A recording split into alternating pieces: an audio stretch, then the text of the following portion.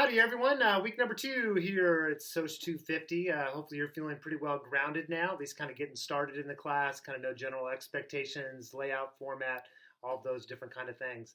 I will provide audio feedback on most assignments. I will do that for sure for this first one. I'll do that for most of them, right? So this first one, by the end of the week, you'll get some audio feedback, and I'll share a file with you as far as how to access that feedback. And it's just a great way for me to be able to communicate a lot of information to you, provide feedback that's meaningful, helpful, and also to sort of just connect with you more personally than through written communication. I think that's really important, especially for an online class. The more things to do to try to engage with each other that way, I think is helpful. All right, so let's talk about the articles for this week, or give you a little bit of an overview, a little bit of perspective. You have 2 different articles. One of them is on functionalism and conflict theory. It came from a chapter out of a larger textbook called Mixing It Up. And it's sort of just an overview of the theories as they are applied to popular culture. And then the next article is on basically this idea of cultural studies and the cultural studies tradition. Okay, so let's kind of talk about the theories, functionalism and conflict theory first, and then move on to the other one. And then I'll lead with kind of talking about the podcast and the question that I want you to address today, or this week, in this week's write-up. Okay, so theories, as I mentioned last week, theories are perspectives, they're ways of viewing the world, they're ways of sort of understanding the world. So they give you an analytical framework, gives you a kind of a focus point for examination of social phenomena, right?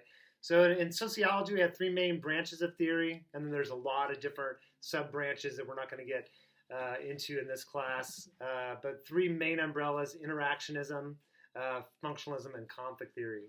Interactionism addresses what we call the micro level for the most part. So with the micro level, we're interested in perceptions, meaning, how we understand the world, how we understand ourselves, how we understand others, just sort of this process of learning and making meaning. Now, interactionism goes from that micro level, but it also could go all the way to the macro level too. And it could be like start thinking about who is shaping the ways that we think. So mass media as an institution, very macro level. So what are the things that are going on institutionally that are restricting or shaping sort of what we are exposed to, what we see, what we hear, and all these different kind of things. So anything that has to do with like meaning, symbolic world, understanding, perceptions, identity, self-concept, all these things are wrapped up into the interactionist perspective. One key thing, this goes back to the reading from last week, but I think it's really helpful in sort of thinking about the interactionist perspective, is that you have a stimulus and then you have a response, right? So something happens, right? It's a stimulus. So you hear something, right? So a loud sound happens, and then you have a response, like our heart rate goes up. But before the difference between the stimulus and the response is our interpretation of that particular thing, and the context can shape our interpretation of that. So if I'm at a 4th of July celebration and, loud sound happens, that's to be expected in that particular environment. Something just went up into the air. I heard it go off into the air. Then I hear this loud boom. My physiological response to that is shaped by the meaning that I attach to that sound, right? So the interpretation is a key part. So we don't just respond to the stimulus, we respond to our interpretation of the stimulus. So now all of a sudden we put ourselves in a different environment. It's quiet. I'm out in nature somewhere. I'm biking. I'm here in Central Oregon. I'm up in Phil's Trail. All of a sudden I hear a loud boom, right? It's out of context. My interpretation may go immediately to threat, right? It's like, okay, there's somebody just fired off a gun, and I see that maybe they're shooting deer, whatever it may be. But I see that as very much more threatening. Well, it's my interpretation, and sometimes interpretations happen really fast. But the key part of the interactionist perspective is that we always interpret the world first before we respond to it. Even things that seem to be like really immediate knee-jerk responses. I mean, it's not to deny that we just don't sometimes just boom back. We make a physiological response or a physical response before the interpretation. But the key is that most often, most cases, it's happening through this process of interpretation, and sometimes it may be unconscious. Sometimes it may be we're so programmed or so socialized into the world that we don't think about our response. We don't think about our interpretation anymore, right? It's just sort of something that we do in response. I don't know, give you an example within culture, right? So it used to be prior to the I can't remember what year it was, but not all the way up until the 1950s, in a classroom in the United States, Pledge of Allegiance, before God was inserted into it, President Eisenhower actually made that declaration or supported the idea of including God within the Pledge of Allegiance. So before World War II, that wasn't something that was part of the Pledge of Allegiance. Also, the Pledge of Allegiance, it was what's called the Bellamy salute. So kids would hold their hand out like this. This is if you can't really kind of see that, I'll kind of move back a little bit, but you kind of get what I'm saying. They're going like this, right? So that idea, that gesture means nothing, right? It's totally subjective what kind of meaning that we attach to that. All the way to, American schoolrooms, he did the Bellamy salute that wasn't interpreted as a bad thing. It was just sort of that was actually the norm, right? Well, you started going into Nazi Germany and the rise of Hitler and the Third Reich, and then sort of the white supremacy and ideals in Nazi Germany, all these different kind of things. And he starts to associate that with fascist government, with fascist rule. And now all of a sudden we see this as a real negative thing. Well, it's our interpretation of that influences our response to it, right? So it's all about that interpretive world. And it's through culture that we're learning all these different systems of meaning and understanding. And this is why it becomes important to start to look at things like looking at films and looking at representations of particular people in particular roles. So who are in crime shows? Who are the members of gangs? How are people of color being represented? How are poor white people being represented?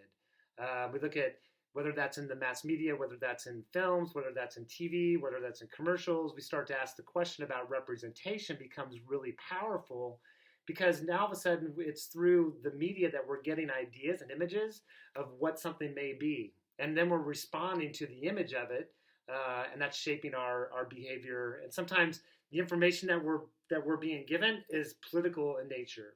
And there's a lot of power that's involved into, like, why are we representing particular groups in particular ways? Who benefits from that? Is that by design? I mean, these become really big questions to start to ask. Kind of give you another example. A more contemporary United States is our viewpoint or understanding about people who are undocumented. Even the language that we use to talk about the undocumented population, is it illegal immigrants, aliens? I mean, these are powerful words and powerful differences in terms of shaping our ways of thinking and shaping our ways of understanding. What we see and what we get in terms of information can start to be a real powerful shaper of our behavior, our attitudes, our beliefs, and sort of our response to the situation. It could be that we develop a viewpoint and a perspective that is very far divorced from the objective reality, right? So that we have interpreted the world in ways that may be quite different than the way the objective world actually operates.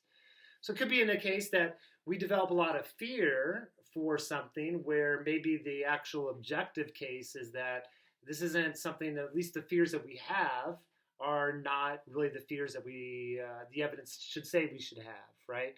So the objective reality may be different than the subjective reality, but for the interpretive and the interactionist perspective, it's all this interactionist kind of perspective and ideas about the process of making meaning, and culture has a huge part, popular culture has a huge role to play in shaping that meaning.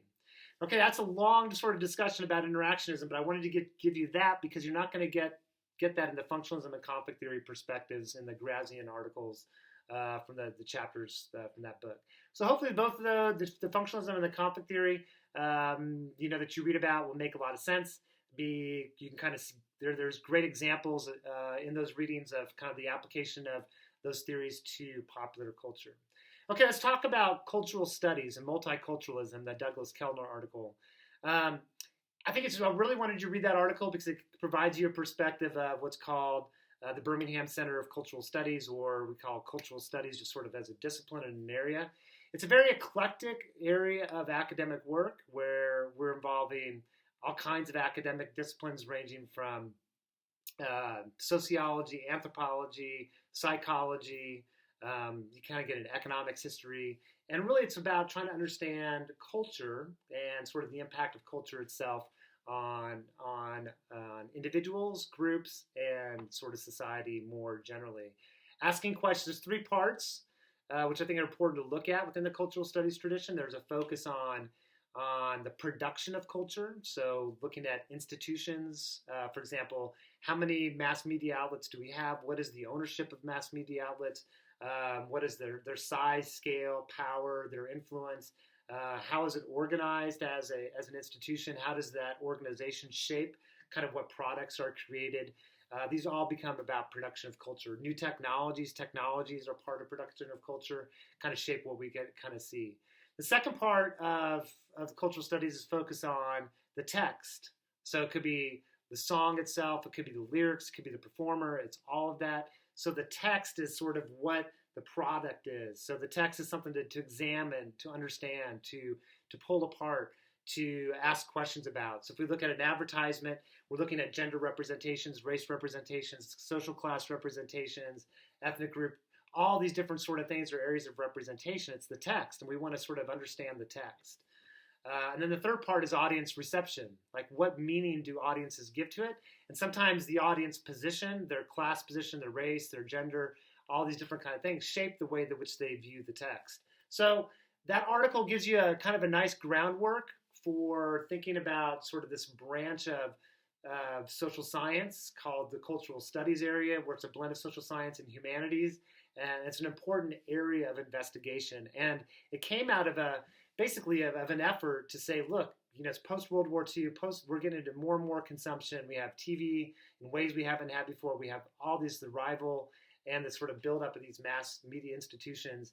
And there became a need for people to start to go, how do we understand this? How do we think through it? Because we need to be in a position of where we become more critically aware of these institutions so that we can become more empowered in terms of understanding and responding to them. Okay, so that's a little bit of the background of those articles. So the question I want you, one of the things you're going to, after reading the articles and writing the reviews, you're also going to listen to a podcast this week. I think there's a really fun one. It's on competitive eating. Part of their profile is talking about Joey Chestnut and Nathan's Hot Dog, the big annual hot dog eating contest. And I urge you to go out and look at a video from that particular hot dog eating contest. It's pretty fascinating just to watch this sort of competitive eating in practice. So the question I have for you today, for this week, and to do the write-up, so before your reading review 1 and 2, so right at the top there, is to put a little bit, to give me another example. So 150 words, 200 words, give me another example of something that's going on within society itself that reveals culture. So here, the hot dog eating contest reveals all different aspects of culture, as they talk about in that particular podcast. So give me another example of something going on in America. It could be in the United States, it could be in a different society, but give me an example of something that's an expression of culture and why. Like, okay, how to explain it. So give me the example and then give me an explanation for how that's an illustration of culture. I don't know, it's not a right or wrong answer. I just want you to be thinking about these kind of things and just sort of like, just like start to kind of identify certain things that are going on and being able to sort of start thinking about, oh yeah, this is a reflection of culture in these particular ways. And this is why. All right, have fun this week. Enjoy the readings. Hopefully you find them valuable, informative, beneficial. Thanks for all you're doing for the class. Have yourself a great day.